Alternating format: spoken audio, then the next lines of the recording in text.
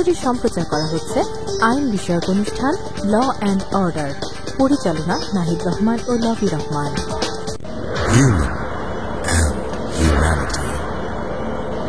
Crime and criminal. Judgment and justice.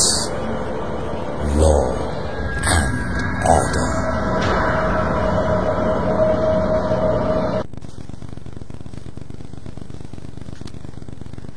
প্রিয় দর্শক, আপনাদের সকলকে সাদর আমন্ত্রণ জানাচ্ছি এটিএন বাংলার নিয়মিত আয়োজন আইন বিষয়ক অনুষ্ঠান ল অ্যান্ড অর্ডারে।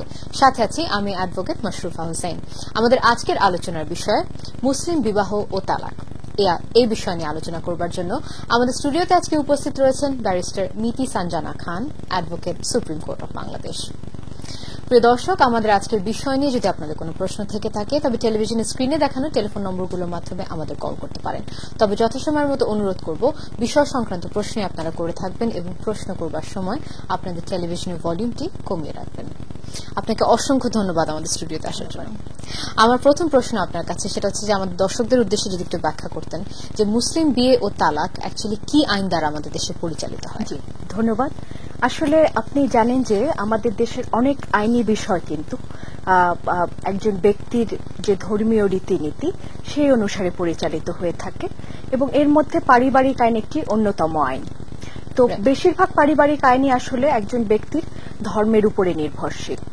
তো যদিও কিছু কিছু পারিবারিক আইন আপনার ইসলামী শরিয়া ল দ্বারা পরিচালিত বা নিয়ন্ত্রিত হয়ে থাকে, কিন্তু আপনি জানেন যে সময়ের পরিবর্তন এবং যুগের চাহিদার সাথে সাথে কিন্তু এতে বেশ কিছু পরিবর্তন ঠিক আমি বলবো না, তার পাশাপাশি আপনার শরিয়া ল গুলোর পাশাপাশি আপনার সরকারিভাবে বিভিন্ন আইন, বিধিমালা এবং নীতিমালা অনেক কিছু কিন্তু প্রণীত হয়েছে। তো বিয়ে এবং ডিভোর্স এই দুটো গুরুত্বপূর্ণ বিষয় আসলে মূলত আপনার পরিচালিত হয় শরিয়া আইন দ্বারা, মুসলিম লতে শরিয়া আইন দ্বারা, এবং আপনার বিয়ে ও তালাক রেজিস্ট্রেশন অ্যাক্ট আছে, মুসলিম পারিবারিক আইন অধ্যাদেশ আছে, বাল্য বিবাহ আইন আছে এবং বিবাহ বিচ্ছেদ আইন। মূলত এই আইনগুলো দ্বারাই আসলে বিয়ে ও ডিভোর্সের বিষয়গুলো পরিচালিত হয়। রাইট। এবং দেখা যায় আসলে ম্যারেজটা তো এক একটা ধর্মে এক এক রকম ভাবে এটাকে ব্যাখ্যা করা হয়েছে বা এবং এক একভাবে এক এক ধরনের গুরুত্বের সাথে তাকে দেখা হচ্ছে। সো অবশ্যই এটার বিষয়ে মানে কোন রিলিজনের বিষয়টা এখানে একটা খুব ইম্পর্টেন্ট। জি, রাইট। তো বিয়ের রেজিস্ট্রেশনের প্রয়োজনীয়তা সম্পর্কে যদি একটু বলতেন, মানে মুসলিম আইনে। জি, এটি আসলে অত্যন্ত গুরুত্বপূর্ণ, এর গুরুত্ব অপরিসীম। কেননা আপনি দেখেন যে একজন ব্যক্তির আইনগত অধিকার এবং সামাজিক মর্যাদা রক্ষা করার জন্য কিন্তু বিয়ে রেজিস্ট্রেশন একটি অপরিহার্য বিষয়। কেননা একজন ব্যক্তির আপনার দেনমোহর, ভরণ পোষণ, তার সন্তানের অভিভাবকত্ব নির্ণয় বা যে কোনো প্রপার্টিতে যে কোনো অধিকার, এই অধিকারগুলো আদায়ের ক্ষেত্রে কিন্তু কাবিননামা একটি প্রামাণ্য দলিল হিসেবে বিবেচিত হয়। এবং কাবিননামা ছাড়া আপনি দেখেন যে একটি বিয়েকে প্রমাণ করাও বেশ কষ্টসাধ্য ব্যাপার। অবশ্যই একটি উদাহরণ আমি দিতে চাই। আপনি দেখেন যে যেমন ঢাকা বাংলাদেশের রাজধানী, এখানে তো অনেক মানুষ জীবিকার সন্ধানে প্রতিদিন লক্ষ লক্ষ মানুষ আসে এবং আপনি খেয়াল করে দেখবেন যে এই ক্লাসটা ওনাদের অনেকেরই কিন্তু আপনার কোনো স্থায়ী কোনো ঠিকানা থাকে না। ওনারা আজকে হয়তো এক জায়গায় থাকছেন, আবার অন্য জায়গায় মুভ করে চলে যাচ্ছেন। তো অনেক সময় এমন দেখা যায় যে তাদের কিন্তু গ্রামে হয়তো স্ত্রী, পুত্র, সন্তান রেখে এসছেন এবং সেই বিয়েটাতে কোনো ধরনের রেজিস্ট্রেশন করা হয়নি। তো উনি ঢাকায় এসে হয়তো আরেক জায়গায় বিয়ে করলেন, আবার ঠিকানা চেঞ্জ করে অন্য জায়গায় চলে গেলেন। সেক্ষেত্রে স্ত্রীর কিন্তু যে কোন একটা আইনগত পদক্ষেপ নিবে, এই যে বহু বিবাহ উনি যেখানে সেখানে বিয়ে করছেন, তো আইনগত পদক্ষেপ নেওয়াটা কিন্তু খুবই একটা কষ্টসাধ্য হয়ে যাবে। মানে সাক্ষ্যগত নানা ধরনের সমস্যার সৃষ্টি হতে পারে এবং এটা কন্ট্রোল করা ডিফিকাল্ট হয়ে যাবে, খুবই ডিফিকাল্ট হয়ে যাবে এটা কন্ট্রোল করা। তো এই সমস্ত যদি বিবেচনা করা যায় এই অবস্থা, তাহলে বলা যায় যে আসলে একটি বিয়েতে যে কোনো ধরনের ভবিষ্যৎ জটিলতা এড়ানোর জন্য আসলে রেজিস্ট্রেশন অত্যন্ত গুরুত্বপূর্ণ একটি বিষয়। তবে এখানে কথা থাকে যে রেজিস্ট্রেশন যদি না করা হয় সেক্ষেত্রে কিন্তু বিয়েটি অবৈধ বা ইরেগুলার বলে এটিকে বিবেচনা করা যাবে না। কেননা মানে এটি বৈধই থেকে যাবে বিয়েটি, কিন্তু এটি একটি শাস্তিযোগ্য অপরাধ এবং আমাদের যে লজ অফ ল্যান্ড এই অনুযায়ী তো এটি একটি শাস্তিযোগ্য অপরাধ। Right. রেজিস্ট্রেশন না করা। এবং আমি মনে করি যে রেজিস্ট্রেশনটা তো অ্যাকচুয়ালি এটা আবারও বলতে হচ্ছে রিলিজনের কথা, এটা ধর্ম বলি নির্বিশেষে জি। আপনার এটা রেজিস্ট্রেশনটা মানা উচিত একটা না, তবে সব ধর্মে কিন্তু রেজিস্ট্রেশন নাই যদিও, কিন্তু মানে আপনি যে প্রয়োজনীয়তার কথা ব্যাখ্যা করলেন সেটা যদি আমরা আসলে বিবেচনা করি, আসলে এটার প্রয়োজনীয়তাটা সব ক্ষেত্রেই থাকা উচিত। ক্ষেত্রে এটা থাকা উচিত, কেননা একটি সাক্ষ্যগত নানান ধরনের অসুবিধার সৃষ্টি হতে পারে ভবিষ্যতে। মানে আপনি যে উদাহরণটা দিলেন সেটার প্রেক্ষিতে বলছি। তো বিয়ের রেজিস্ট্রেশন কিভাবে করা হয় এবং এর কি কি শর্ত আছে, আর যদি আপনি যেটা বলছিলেন যদি রেজিস্ট্রেশন না করা হয় তাহলে তার ফলাফলটা কি? জি, আসলে প্রথমে আমাদেরকে বুঝতে হবে যে রেজিস্ট্রেশনটা কি। এটার উত্তর খুবই স্ট্রেট ফরওয়ার্ড, কেননা আপনি রেজিস্ট্রেশন এর বিষয়টি কি, সরকারিভাবে একটি বিয়ের বিভিন্ন তথ্যাবলীকে তালিকাভুক্তিকরণ। তো তালিকাভুক্তিকরণের ক্ষেত্রে এটি মানে এটিকেই আসলে রেজিস্ট্রেশন বলে। তো সরকার নির্ধারিত কিছু ফর্ম দেয়া আছে, এই ফর্মটিকে আপনার সব ধরনের ফিল ইন করা হলো, সবকিছু বর কনে উভয়ের বিভিন্ন ইনফরমেশন এবং বিভিন্ন ধরনের শর্ত কিন্তু আছে, সেই শর্তাবলী পূরণ করে এই ফর্মটা ফিল আপ করা হলো। এই ফর্মটিকে আসলে আমরা কাবিননামা বলে জানি। এবং আপনি জানেন যে একটি নির্দিষ্ট এলাকায় একজন লাইসেন্স প্রাপ্ত ব্যক্তি থাকেন, যিনি কিনা অত্র এলাকার সব যত বিয়ে হয় সব বিয়ে কিন্তু উনি তালিকাভুক্ত করেন, সরকারি খাতায় উনি সেগুলোকে অন্তর্ভুক্ত করেন এবং তার মাধ্যমেই রেজিস্ট্রেশনটি সম্পূর্ণ হয়। এবং এই ব্যক্তিকে আমরা আসলে জানি নিকা রেজিস্ট্রার বা কাজী হিসাবে উনি পরিচিত। তো এই মুসলিম অধ্যাদেশ আইনে এবং তালাক বিয়ে ও তালাক রেজিস্ট্রেশন আইনে কিন্তু খুব স্পষ্টভাবে বলা আছে যে সরকারি নিয়ম মেনে তারপরে একটি রেজিস্ট্রেশনকে সম্পন্ন করতে হবে। তো আসলে আমরা দেখতে পাই যে তিনটি শর্ত এখানে। প্রথমত হচ্ছে যে যেই শর্তাবলী মেনটেন করে বিয়েটা করতে হবে, পূর্ব শর্ত যেগুলো, তো প্রথমত ধরেন বর এবং কনে উভয়ের বয়স, এটি একটি খুব ইম্পর্টেন্ট বিষয়। উভয়ের সম্মতি, এটি একটি জরুরি ব্যাপার, কনসেন্টটা খুব ইম্পর্টেন্ট। এবং সেই সাথে আমরা যদি দেখি যে দেনমোহর নির্ধারণ, যেটি একজন মহিলার একটি রাইট, বিয়ের থেকে যে রাইটটি উনি ইয়ে করছে, ইনহেরেন্ট রাইট একটা, তো সেটি একটি ব্যাপার। এবং আরো থাকে আপনার যেমন তালাক প্রদানের ক্ষমতা, এটিও কিন্তু একটি অধিকার। তো এই শর্তগুলো আপনার পূরণ করার ফলে, এই শর্তগুলো পূরণ করার সাপেক্ষে নির্ধারিত গভর্নমেন্ট ফিসটা দিয়ে সরকারি খাতায় আপনার তালিকাভুক্ত করাকেই আসলে রেজিস্ট্রেশন বলা হয়ে থাকে। আচ্ছা, আর যেটা বলছেন যে রেজিস্ট্রেশন না করলে বিয়েটা অবৈধ হচ্ছে, কিন্তু এটা শাস্তিযোগ্য অপরাধ, এটা একটি শাস্তিযোগ্য অপরাধ এবং এর শাস্তি আসলে আপনার 1 মাসের জেল এবং 1,000 টাকা ফাইন অথবা দুটো কম্পেনসেশনই হতে পারে। তো এখানে সিস্টেমটা আসলে আপনি আমাকে জানতে চাচ্ছেন যে কিভাবে রেজিস্ট্রেশন করা হয়। তো রেজিস্ট্রেশন করার সিস্টেমটা আসলে আইনে বলা হচ্ছে যে যদি একটি বিয়ে আপনার নিকা রেজিস্ট্রারের মাধ্যমে সম্পন্ন হয়, সেক্ষেত্রে কিন্তু উনি বিয়েটি সম্পন্ন হওয়ার সাথে সাথে, কারণ এটা তো দুটি স্টেপ, আমাদের যে ধর্মীয় আইন অনুযায়ী কবুল উচ্চারণ করাটা এটিও কিন্তু একটি রিচুয়াল। তো কবুল উচ্চারণ করা হলো এবং সেটি যদি কাজীর মাধ্যমে হয় অথবা নিকা রেজিস্ট্রারের মাধ্যমে হয়ে থাকে, সেক্ষেত্রে তিনি সাথে সাথেই করবেন, আইন অনুযায়ী তাকে সাথে সাথেই বিয়েটি রেজিস্ট্রেশন করতে হবে। কিন্তু এটি যদি আপনার নিকা রেজিস্ট্রারের মাধ্যমে না হয়ে অন্য কোনো ব্যক্তি, ধরেন কোনো অভিভাবক, মুরব্বী, অনেক সময় আমরা কিন্তু দেখি যে মসজিদের ইমাম বা এই ধরনের ব্যক্তিদের দ্বারা একটি বিয়ে হতে পারে, মানে রিচুয়াল, অন্যান্য রিচুয়াল, সেক্ষেত্রে টাইম লিমিটটা হচ্ছে আপনার 30 দিন। আচ্ছা, সো 1 মাসের মধ্যে কিন্তু 1 মাসের মধ্যে সব রিচুয়াল বিয়েটা সম্পন্ন হয়ে যায়, 1 মাসের মধ্যে তাকে কিন্তু কাজী নিকটস্থ আপনার কাজী অফিস আছে, সেখানে যে কিন্তু তাকে বিয়েটা রেজিস্ট্রি করতে হবে, যে নির্ধারিত আমি বললাম যে এই সিস্টেমগুলো মেনটেন করে তাকে বিয়েটি রেজিস্ট্রি করতে হবে। এবং অ্যাকচুয়ালি আমরা যেটা জানি যে অ্যাকচুয়ালি মুসলিম আইনে তো marriage is treated as a contract, জি, এবং অ্যাকচুয়ালি এই রেজিস্ট্রেশন করার মাধ্যমে কিন্তু আসলে দুই পক্ষই কিন্তু মানে শক্তভাবে প্রোটেক্টেড থাকছে। এটা দুই পক্ষেরই আইনগত অধিকারগুলো আসলে রক্ষা করার জন্য এটি খুব জরুরি। অবশ্যই। তো অনেকের একটা ধারণা আছে আমাদের মানে জেনারেল মানুষদের মধ্যে যারা রয়েছেন যে একজন মুসলিম পুরুষ একসাথে 4টি বিবাহ করতে পারে, এই ধারণা কিন্তু সাধারণ মানুষের মধ্যে আছে। তো এই ধারণাটা কি সঠিক কিনা, এটা একটু আমাদের দর্শকদের উদ্দেশ্যে একটু ক্লিয়ার করতেন। জি, এটা আসলে আমাদের একটা আমরা আবার প্রশ্নে ফেরত আসছি, আমাদের একটা টেলিফোন আছে। হ্যালো হ্যালো, ওয়ালাইকুম আসসালাম। জি, ভালো আছি, বলুন।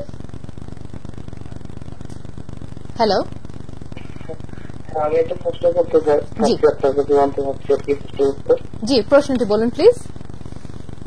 আমি একটা লেডিস বিয়ে করছি আর কি, এখন যদি ডিভোর্স দেওয়া লাগে তাহলে কি দেনমোহর দেওয়া লাগবে? কারণ আমি এখনো বিদেশে বাংলাদেশে আসিনি। আচ্ছা, এটাই আপনার প্রশ্ন, তাই তো? আপনি ধন্যবাদ। ফোনে বিয়ে করেছেন? আপনি কি ফোনে বিয়ে করেছিলেন? হ্যালো, আপনি কি বিয়ে করছিল? আচ্ছা, ফোনে বিয়ে করছেন? এটা কি রেজিস্ট্রেশন হয়েছে বিয়েটির? বিয়েটি রেজিস্ট্রেশন হয়েছিল? হয়েছে। জি হয়েছে। আচ্ছা আচ্ছা, ধন্যবাদ। আমাদের আরো একটা ফোন রয়েছে, আমরা একসাথে নিয়ে নিচ্ছি। হ্যালো, ওয়ালাইকুম আসসালাম। ওয়ালাইকুম আসসালাম, শুনতে পাচ্ছি, বলুন। আমি ওই যে মুফতি আপার কাছে একটা প্রশ্ন জানতে চাচ্ছি। জি বলুন প্লিজ, শুনতে পাচ্ছেন উনি। আমি ওই যে রাজশাহী থেকে বলছিলাম, আফাজউদ্দিন। তো আপনার তালাক প্রসঙ্গে জি বিষয়টা হচ্ছে যে আমরা দেখি অনেকে কোর্ট এফিডেভিট করে স্বাক্ষর নিয়ে বলে যে আমি কোর্টে যাই আমার স্ত্রীকে তালাক করে দিয়েছি।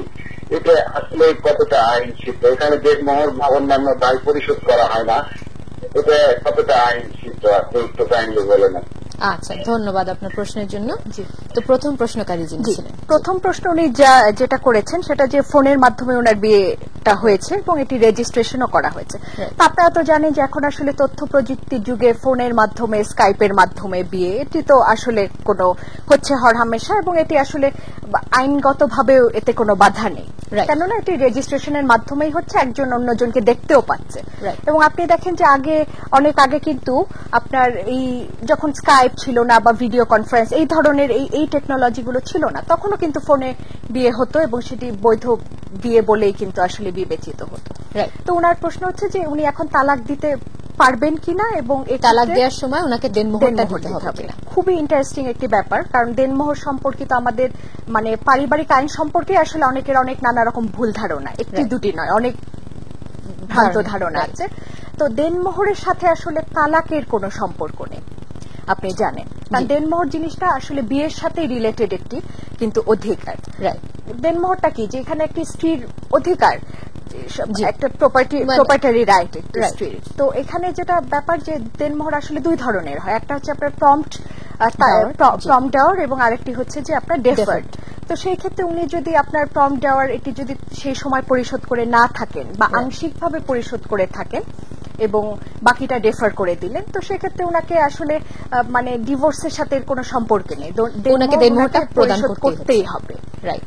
আমরা আশা করবো আপনি আপনার প্রশ্নের উত্তর পেয়ে গেছেন। আপনাকে দেনমোহরটা পরিশোধ করতে হবে, কিন্তু উনি বলেছেন উনি কোনো কারণে দেশের বাইরে আছে, যদি সেটা সেরকম হয়ে থাকে সেটা উনি রিঅ্যারেঞ্জ করতে পারেন। অবশ্যই না, দেশের বাইরে যদি ওনার কেউ থাকে, এটি তো আসলে কে দেশের বাইরে, মানে উনি দেশের বাইরে আছেন বলছেন। হ্যাঁ, উনি যদি দেশের বাইরে থাকেন তাহলে উনি কিন্তু পাওয়ার অফ অ্যাটর্নি প্রদানের মাধ্যমে সেখান থেকে ওখানকার যে আপনার দূতাবাস আছে সেখান থেকে উনি যদি এটি অ্যাটেস্টেশনের মাধ্যমে বাংলাদেশে পাঠান এবং মিনিস্ট্রি অফ ফরেন অ্যাফেয়ার্স থেকে সেটিকে আবার অ্যাপ্রুভ করিয়ে পাওয়ার অফ অ্যাটর্নির মাধ্যমে উনি কিন্তু আসলে যে কোনো একজন রিপ্রেজেন্টেটিভকে আসলে নমিনেট করে এই কাজটি সম্পাদন করতে পারে। রাইট। আমাদের আরো একটা ফোন রয়েছে, তারপর আমরা আগের প্রশ্নে আসছি। হ্যালো। জি, তারপর আমাদের দ্বিতীয় প্রশ্নকারী ছিলেন, উনি বলছিলেন যে কোর্টের মাধ্যমে অনেক অ্যাফিডেভিট করে, নোটারি করে, উনি বলছেন যে অনেকে ক্লেম করে ডিভোর্স দিয়ে দিয়েছে এবং সে সময় তারা দেনমোহরটাকে ওয়েভ করতে চেষ্টা করে। তো সে ব্যাপারে উনি জানতে চাচ্ছিলেন যে এটা কতটা ভ্যালিড। আমি আসলে প্রথমেই বলেছি যে দেনমোহর এটা আসলে ওয়েভ করার মতো, মানে আনলেস স্ত্রী নিজের থেকে সেটাকে মওকুফ করে দেয় বা মাফ করে দেয়, সেক্ষেত্রে কিন্তু ওয়েভ করার কোনো সুযোগ নেই। এবং আপনি দেখেন যে এটা শুধু ডিভোর্সের ক্ষেত্রে না, ডিভোর্সের ক্ষেত্রে তো দেনমোহর উনি পেতে আসলে এন্টাইটেল। তাছাড়াও অনেক সময় যদি স্বামী মারা যায় সেক্ষেত্রেও কিন্তু একজন মহিলা তার যে প্রাপ্য দেনমোহর সেটি কিন্তু উনি পাবেন। এবং অনেক সময় এটাও দেখা যায় যে ওই মৃত ব্যক্তির যে সম্পত্তি সেখান থেকেও কিন্তু দেনমোহরের টাকাটা অ্যাডজাস্ট করে আসলে দেয়া হয়। রাইট। তো আমরা যে বিষয় নিয়ে আলোচনা করছিলাম যে অনেকের মধ্যে একটা ধারণা রয়েছে যে 4টা বিয়ে যে কোনো পুরুষ করতে পারে, সেই ধারণাটা কতটুকু ঠিক যদি একটু বলতেন। আসলে আমাদের যে ধর্মীয় আইন আছে সেখানে কিন্তু এটি আসলে কি যে বহু বিবাহ, একসাথে একাধিক স্ত্রী রাখা। তো একজন ধরেন বিয়ে করলো, বিয়ের পরে সে তালাক দিয়ে আবার পুনর্বিবাহ করা, সেটা কিন্তু এটার ভিতর পড়ছে না। সেটা হলে সে একাধিক যতবার ইচ্ছে সে বিয়ে করতে পারে, সেটা কোনো বিষয় না। কিন্তু একসাথে যখন একজন ব্যক্তি একাধিক স্ত্রী রাখতে চাচ্ছেন, সেটা কিছু শর্ত সাপেক্ষে। আমাদের যে মুসলিম পারিবারিক আইন অধ্যাদেশ আছে সেখানে কিছু শর্ত সাপেক্ষে সে কিন্তু এই বহু বিবাহ আসলে করতে পারেন। তো এক্ষেত্রে ব্যাপার যেটা সেটা হচ্ছে আপনার যে প্রথমত তার যে স্ত্রী বা স্ত্রীদ্বয় একাধিক যদি থাকে। আমরা আবার প্রশ্নে ফেরত আসার সময় আবার একটা ফোন রয়েছে। হ্যালো হ্যালো হ্যালো, আসসালামু আলাইকুম। জি শুনতে পাচ্ছি, বলুন আপনার প্রশ্নটি।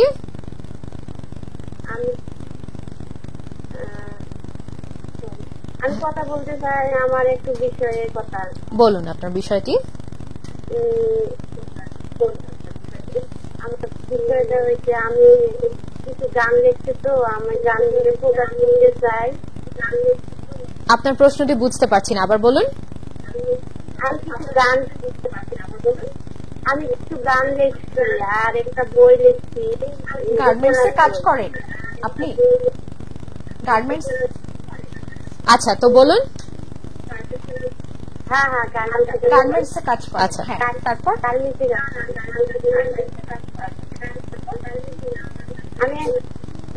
30টা গান লিখছি আর কবিতা লিখছি 3টে। আমরা শুনতে পাচ্ছি না ঠিক স্পষ্ট করে, আমাদের আরো একটা ফোন রয়েছে। হ্যালো, সরি লাইনটা কেটে গেছে, সরি। জি, তো যেটা বলছিলাম আমরা যে শর্ত সাপেক্ষে আপনি বলছেন যেটা হতে পারে, শর্ত সাপেক্ষে হতে পারে। তো প্রথমত এখানে তার যেটা করতে হবে সেটা হচ্ছে যে তার যে স্ত্রী বা স্ত্রীদ্বয় আছে, ধর একজন স্ত্রী থাকলে তার থেকে নেবে বা একাধিক 2 বা ততোধিক, যেহেতু 4 জন পর্যন্ত পারমিশন নেবে। প্রথমত স্ত্রী থেকে পারমিশন নেওয়া, এবং এখানে আপনার যে তার যে এলাকায় স্ত্রী বসবাস করেন সেই এলাকার আপনার ইউনিয়ন পরিষদ অথবা পৌরসভা অথবা আপনার যে সিটি কর্পোরেশন যেখানেই থাকুন না কেন সেখানকার যে চেয়ারম্যান আছে তার কাছে একটি দরখাস্ত করবেন।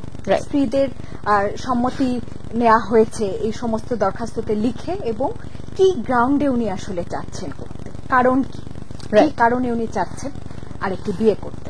তো এই সমস্ত কিছু লিখে উনি ইউনিয়ন পরিষদের চেয়ারম্যানের কাছে একটি দরখাস্ত করবেন, এবং ইউনিয়ন পরিষদের চেয়ারম্যান এই দরখাস্তটি রিসিভ করার পরে উনি আসলে একটি আরবিট্রেশন কাউন্সিল গঠন করবেন, সালিসি কাউন্সিল যেটাকে আমরা বলি।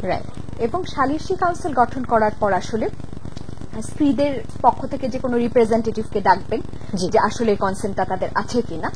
তো তারপর এই সমস্ত বিষয় বিবেচনা করার পরে উনাদের কিন্তু একটি ডিসক্রিশনারি পাওয়ার থাকে, আরবিট্রেশন কাউন্সিল যারা, তাদেরকে কিন্তু সবকিছু বিবেচনা করে। ধরেন স্ত্রীর কনসেন্ট আছে, তারপরেও কিন্তু আরবিট্রেশন কাউন্সিল চাইলে মনে করতে পারে যে না, এটি আসলে উনার যে দ্বিতীয় বিয়ে করার জন্য যে গ্রাউন্ডগুলো দেখাচ্ছেন সেটি যথাযোগ্য লজিক্যাল কিছু না। কারণ ইচ্ছে করলেই তো আর কেউ এটা করতে পারে না। তো এই সমস্ত কিছু বিবেচনা করে আরবিট্রেশন কাউন্সিল একটি ডিসিশন দিবেন হয় করতে পারবেন কি পারবেন না। আচ্ছা, আমরা আবার ওই প্রশ্নে ফেরত আসছি, আর একটা টেলিফোন রয়েছে। হ্যালো হ্যালো হ্যালো, ওয়ালাইকুম আসসালাম। জি ভালো আছি আল্লাহর রহমতে, বলুন প্লিজ। শুনতে পাচ্ছি, বলুন। আচ্ছা,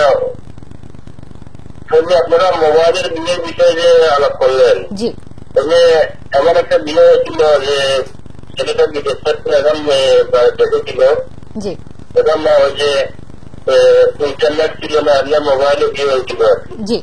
তখন বাড়িতে যাওয়ার পরে স্বামী স্ত্রী মিলেমিশে হচ্ছে বাড়িতে, পরবর্তীতে মেয়েকে মানে তুলি মেলে আর কি, কয়েকদিন পরে তুলি মেলে, এর পরবর্তীতে মানে মেয়েটা কিছুদিন বিয়েটাকে অস্বীকার করছে, এখানে কাবিল নামা হয়েছিল না। আচ্ছা, বুঝতে পারছি। এই বিষয়টা একটু জি, ধন্যবাদ আপনার প্রশ্নের জন্য।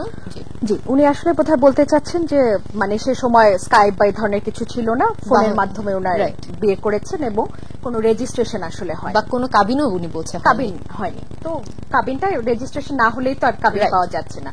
তো এখানে আমি কিন্তু আগেই বলছিলাম যে আলোচনার প্রথম দিকে যে একটি বিয়ে রেজিস্ট্রেশন না করা একটি শাস্তিযোগ্য অপরাধ, কিন্তু এটিতে কিন্তু বিয়েটি অবৈধ ঘোষণা করা হচ্ছে না।